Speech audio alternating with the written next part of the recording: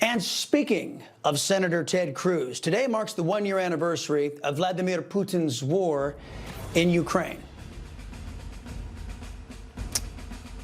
Sobering reminder of the West's weakness under Joe Biden and the Democrat Party, as American allies are now increasingly aware that America can't stand up for our own values, much less theirs. Senator Ted Cruz speaking about this. The Biden White House, number one, caused the war. We've talked about that a lot in this podcast by waiving sanctions on Russia for Nord Stream 2, waiving sanctions on Putin for Nord Stream 2. Biden personally, through his own political stupidity, caused this war. All right, and here he is, the only conservative senator from the great state of Texas, a man I am proud to call my senator, Senator Ted Cruz. Always fantastic to see you, sir. Look, I agree with your assessment on the stupidity of the Biden regime and those he surrounds himself with for various reasons. Tell me what stands out for you. Well, listen, when it comes to foreign policy, Joe Biden has managed for over 2 years now to get everything exactly backwards.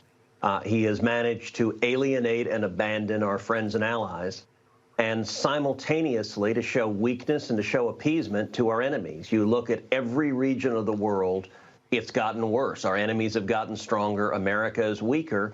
And the reason is simple. When you have a commander-in-chief who is fundamentally weak, you look at roughly a year ago, a little more than a year ago now, Biden's disastrous withdrawal from Afghanistan, his surrender to the Taliban.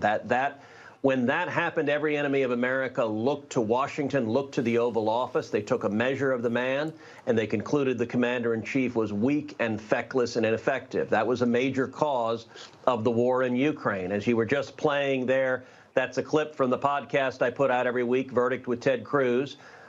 This week we did a deep dive into Ukraine, explaining what's going on there and the degree to which Joe Biden personally caused this war. Why? Because he personally waived the sanctions that had been put in place on the Nord Stream 2 pipeline. I authored those sanctions. I wrote that legislation. Donald Trump signed them into law. And Joe Biden, when he came into office, waived those sanctions. He let Putin build the Nord Stream 2 pipeline, which enables him to get natural gas to Europe without going through Ukraine. And the immediate next step Putin did was to invade Ukraine. And so if Biden had just found the guts to stand up to Russia, to stand up to Putin at the outset, we wouldn't have this war. And I got to tell you, even now, a year into the war, there's an incoherence in how Biden is approaching it, because the Biden administration is literally funding both sides of this war. Biden is obviously sending billions of dollars to Zelensky in Ukraine, but he's also refusing to enforce sanctions against Iran. He's allowing the Ayatollah to sell 1 million barrels a day of oil, and that revenue is going to Iranian drones that the Russians are using to kill Ukrainians. So both sides are being funded by Biden. It makes no sense. Good grief, it makes no sense. Incoherence in the dictionary. There's the picture of the Biden regime right there. One group photo. Look, Senator, you were one of the first individuals to lay out to the country why we have a lot on the line in Ukraine. We have a lot on the line in Taiwan because we have chip manufacturing, the neon in Ukraine that is high grade, the chip manufacturing in Taiwan. I think the question many Americans are asking is, who was the genius who said, hey, I got a great idea. Why don't we put the lifeblood of America's economy, why don't we put the lifeblood of America's national defense on the doorsteps of two of our greatest enemies, Russia, Vladimir Putin's Russia, and Xi Jinping's China? Can you tell us why that happened, and are there steps to correct this? Well, Chris, you're exactly right that one of the greatest vulnerabilities we have is just how dependent we are on China for our supply chain, for vital equipment, for pharmaceuticals, for a whole host of critical priorities for our economy. I think we need a serious, concerted strategy to stand up to communist China. I have, for a decade, been arguing that China is the single greatest geopolitical threat facing the United States for the next century. And unfortunately, Joe Biden, just like he's been weak on Russia, has been weak on China as well. Now, one of the things that drives this is today's Democratic Party structurally is pro-China. And the reason is their major stakeholders, from big business to big universities to big tech to big Hollywood, all of them are in bed with China. That's where the Democrat Party gets their money, their manpower, their resources. And so in the past Congress, for example, I forced a vote on the Senate floor to prohibit the federal government from buying electric cars or batteries made using slave labor in concentration camps in China. Every single Democrat but one, everyone but Joe Manchin, voted no. They voted in favor of funding the Chinese concentration camps. You know, John Kerry, when he was asked about it, said, well, that's not my department.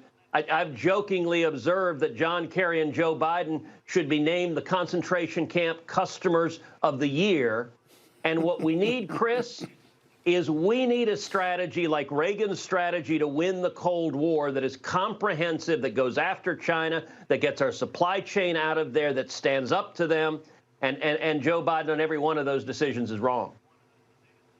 That's going to be hard to do when you have a Democrat Party ideologically that has more in common with Xi Jinping than they do with George Washington. Congressman, China's spy balloon, the administration reports indicate now the administration was tracking it when it rose up over China, allowed it to make its trek across the Pacific and actually enter into our airspace, allowed it to complete its spy mission before shooting it down over water. So it'd be very hard for us to recover all of the evidence.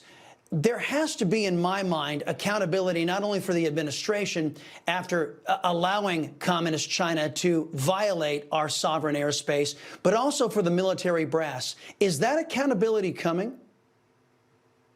Well, I'm hopeful that we will see more and more in Congress, particularly a Republican majority in the House, but also a number of us in the Senate that are trying to hold them accountable. I can tell you, in the last couple of weeks, I've had 3 classified briefings on China and the administration's incredible weakness towards China. You look at this Chinese spy balloon.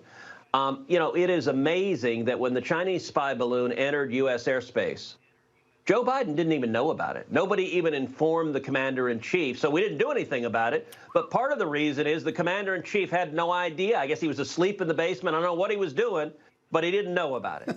And it spent over a day over Alaska in our airspace. Then it went into Canada. And then when it came back over U.S. airspace, at that point, it is only the accident that a couple of guys in Montana looked up on a very clear day and saw it and photographed it and suddenly put it out on Twitter and the internet, and a few news stations picked it up, and boom, suddenly it was a PR problem. And that's really, this is something else I've talked about at great length on my podcast. This White House views foreign policy as a communications issue, as a public relations matter, not as a national security matter. They're not focused on how you protect America.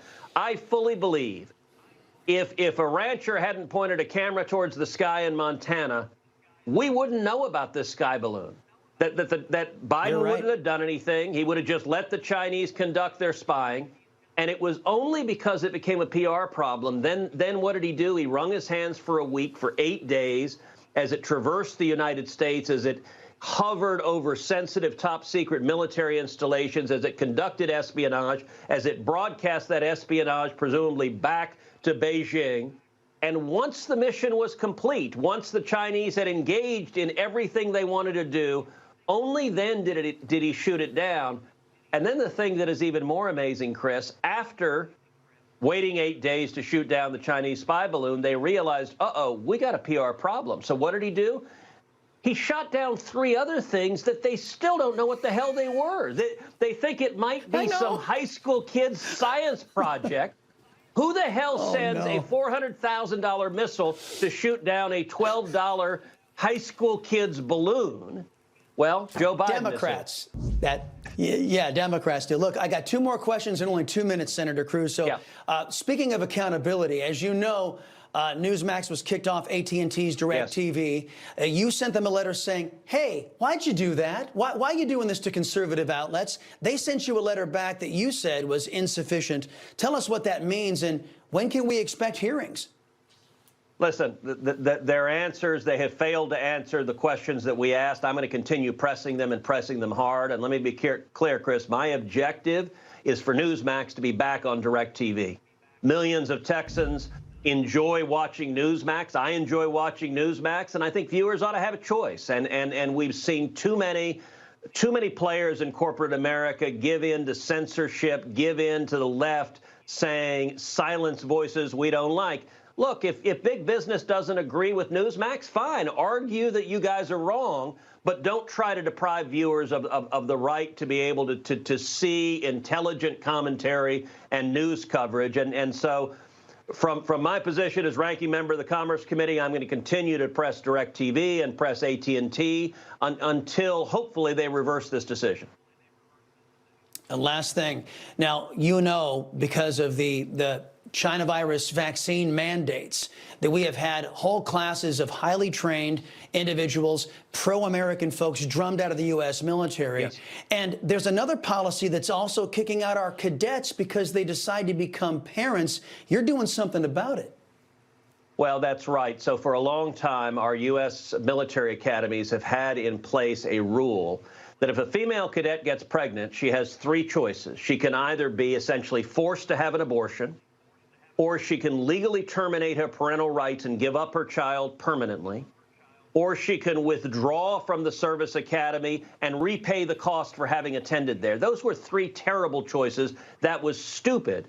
And so what I did, I teamed up with a Democrat, with Kirsten Gillibrand from New York, and we introduced legislation called the Cadet Act.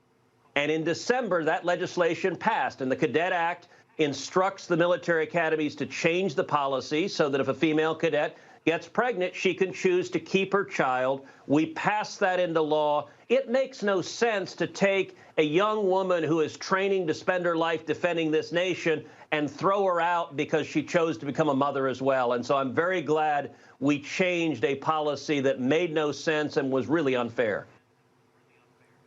Well, Senator Ted Cruz, I appreciate that effort and all of your efforts to keep this administration, I know it's a full-time job, honest. Appreciate your time here as well.